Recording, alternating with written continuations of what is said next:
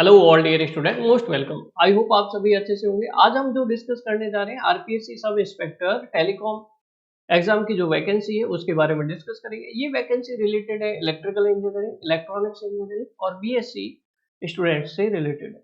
इसमें हम डिस्कस करेंगे एग्जाम पैटर्न इसका क्या रहेगा, इसमें नंबर ऑफ वैकेंसीज कितनी है, साथ ही साथ हम डिस्कस करेंगे इसका सिलेबस क्या रहेगा, एलिजिबिलिटी क्राइटेरिया क्या रहेगा। ये सारे पॉइंट हम डिस्कस करने वाले हैं। इससे पहले हम ये देख लेते हैं कि हमारे पास ये जो वैकेंसी है ये राजस्थान पुलिस डिपार्टमेंट की वैकेंसी है। पहले राजस्थान पुलिस डिपार्टमेंट खुद इसका एग्जाम करवाता था, अब आरपीएससी के थ्रू इसका एग्जाम होगा।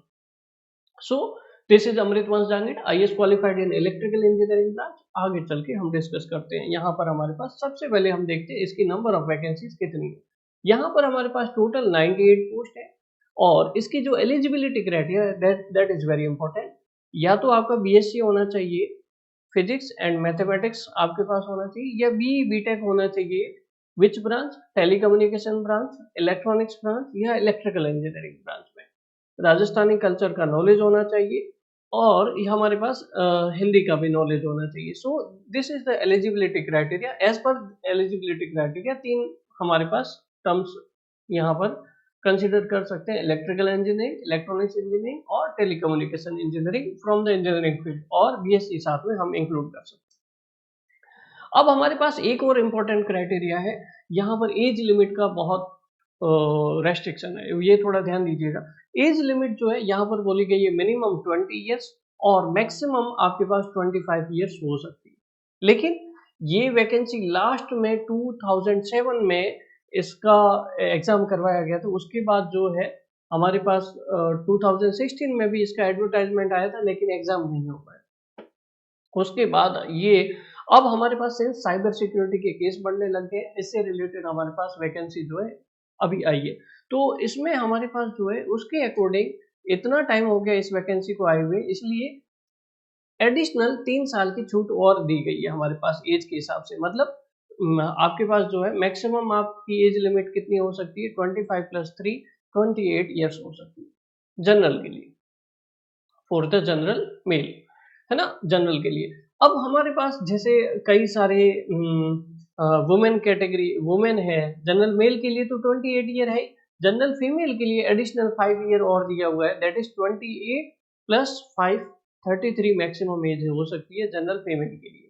ठीक है। उसके बाद दूसरी कैटेगरी के जो है हमारे पास एससी, एसटी, ओबीसी या फिर जो है मोर बैकवर्ड क्लासेस या EWS sections of Rajasthan state, इनके लिए इनके जो मेल कैंडिडेट है उनके लिए 5 ईयर का एक्सटेंशन हो रहा है। मतलब 28 प्लस 5 33 ईयर मैक्सिमम एज हो सकती है।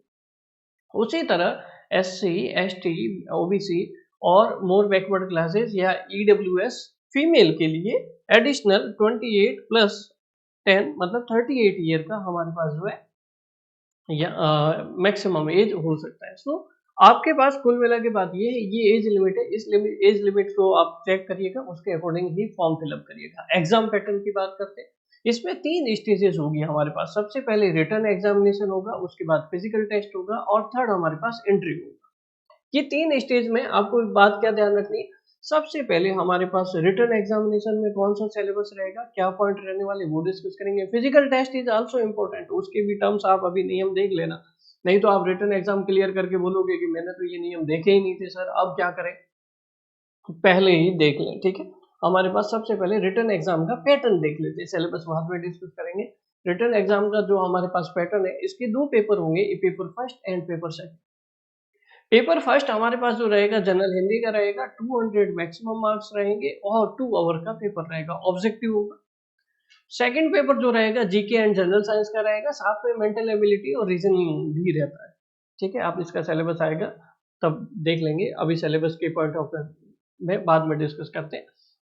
और साथ में इसमें 200 मार्क्स का रहेगा, 2 आवर्स का टाइम दिया जाएगा।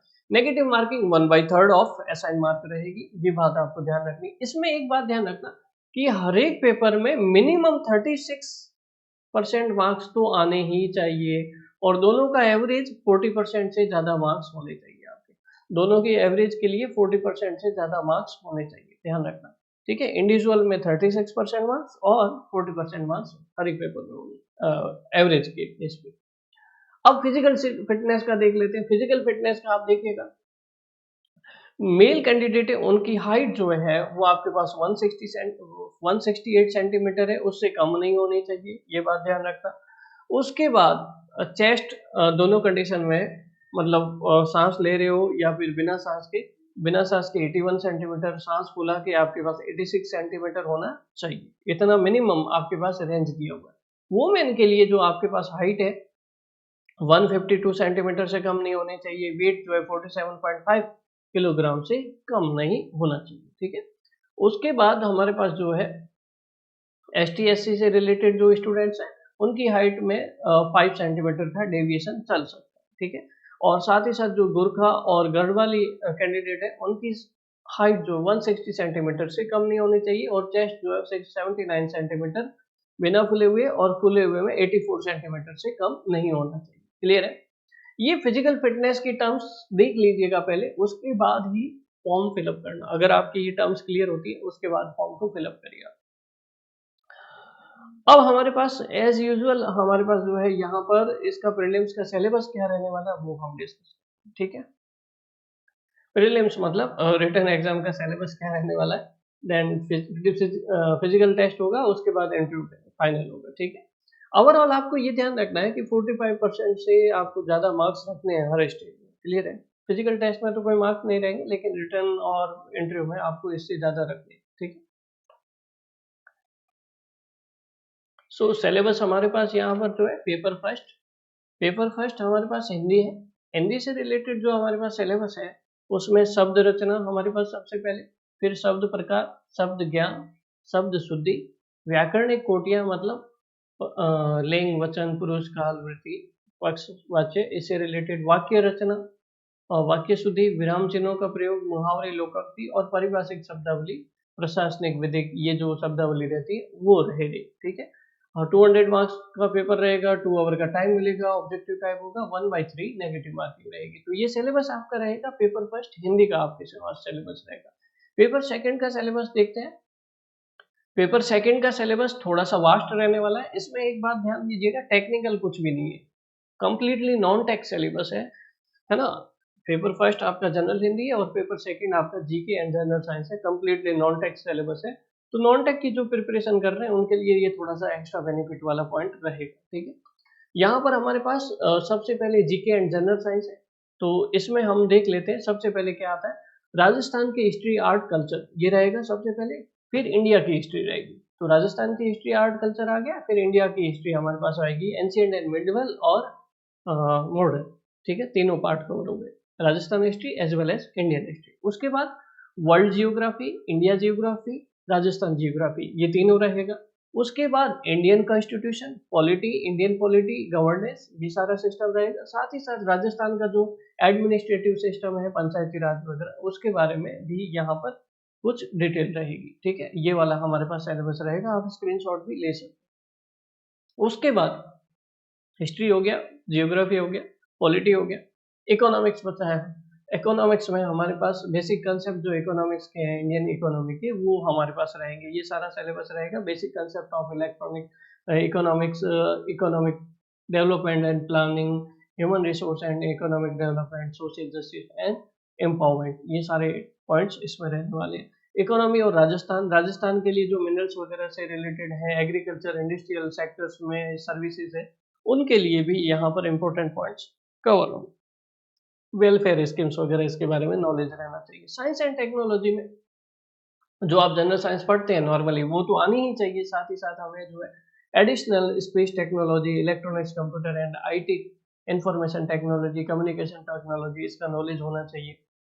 अल्टीमेटली जो आप फिजिक्स में पढ़ते हैं ग्रेजुएशन में, या फिर इंजीनियरिंग में पढ़ते हैं ग्रेजुएशन में, उसकी कुछ टर्म्स साइंस टेक से रिलेटेड रहेगी।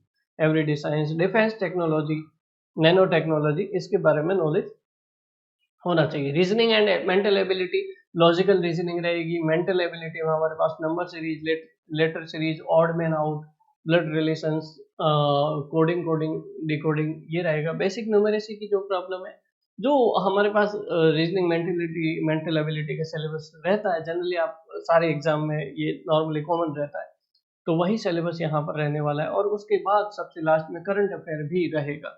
Games and sports related activities, persons and places in recent news, major current events and issues of Rajasthan, national and international importance. Again ये 200 मार्क्स का पेपर रहने वाला है, 2 आवर का रहेगा, 100 क्वेश्चंस रहेंगे, as well as 1/3 negative marking रहेगी। ठीक है, so this is all information about this vacancy. Syllabus हमने डिस्कस कर लिया, एग्जाम पैटर्न डिस्कस कर लिया। अब हम जो इसकी प्रिपरेशन कैसे करें उसके रिगार्डिंग हमारे यहाँ पर एक कोर्स भी हम स्टार्ट करने वाले in our digital platform. Online platform में आपके पास ऐप डाउनलोड कर सकते हो, इस वीडियो के डिस्क्रिप्शन में ऐप लिंक है, प्ले स्टोर से उसको डाउनलोड कर सकते हो, as well as iOS app का भी आपको लिंक मिल जाएगा, as well as website, laptop, desktop का भी लिंक मिल जाएगा। जिस पे भी आप कंफर्टेबल फील करते हो वहाँ उस प्लेटफॉर्म के लिए इस ऐप को डाउनलोड कर सकते हो और ज्वाइन कर सकते हो कोर्स को। जल्दी हम इसका कोर्स लॉन्च करेंगे और we will try our best to deliver a quality content as usual. Till then, thank you so much। और भी आपकी कोई क्वेरी हो तो मुझे बताइएगा, फिर मिलते हैं।